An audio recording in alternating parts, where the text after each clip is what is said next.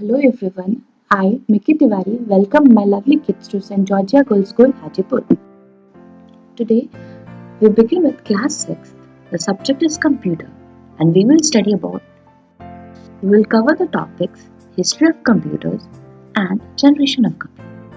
Since time immemorial, humans have been trying to make their work much easier with the help of new tools and devices. One amongst this was abacus. It was first developed by the Chinese in around 600 BC. It was a simple calculating machine. The second machine was developed by John Napier and it was called as the Napier bones. It was a simple cardboard multiplication calculator. The third device that we come across is Pascaline. It was invented in the year 1642 by a physicist called as Blaise Pascal.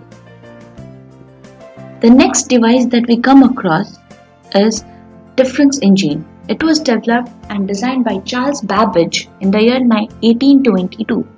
It could perform basic mathematical and astronomical calculations. It could also store data but only for a temporary time. The next device invented and designed was again by Charles Babbage. It was in the good year 1837. Now this machine was much more advanced. It followed the typical input process output cycle and it also had a mill, which in modern terms is the CPU of the computer. Since 1930s, computers have come into existence. It has broadly been classified into 5 categories: first generation, second, third, fourth, and right now we are in the 5th generation of computers. On the basis of size, computers are divided into 4 categories: supercomputers, mainframe, mini and microcomputers. First generation computers, they were very large machines. They utilized vacuum tubes in their circuits. They produced lot amount of heat. The earliest machine was ENIAC and UNIVAC. Second generation of computers were comparatively smaller. Instead of vacuum tubes, they used transistors. They produced a bit less amount of heat than the earlier machines. Examples were IBM 1920. The third generation computers were much more smaller compared to the first generation. For the first time, operating system and other application softwares were used. They were basically general purpose computers and could calculate huge data in nanoseconds. They used high level language.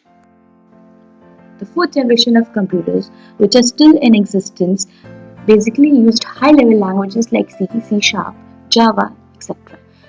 The operating system was MS-DOS or Linux. The computation speed was in picoseconds and microprocessors were developed for the processing of data. They were much more reliable. The fifth generation of computers are based on the technology of artificial intelligence. You can train a machine to think and behave like humans. The processing power of these computers are tremendous. We are trying to imbibe human brain into machines. Thus, robots have come into existence. Examples are IBM notebooks.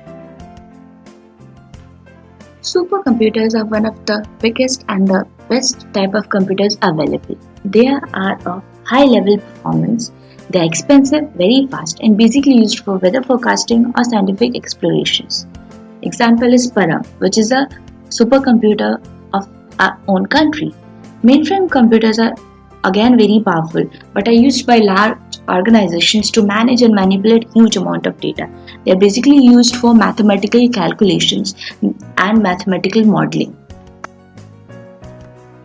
Minicomputers are called as mid-range computers. They are basically utilized for large businesses, scientific research, universities. You can simultaneously do multitasking on a single computer. Microcomputers are what we call as personal computers.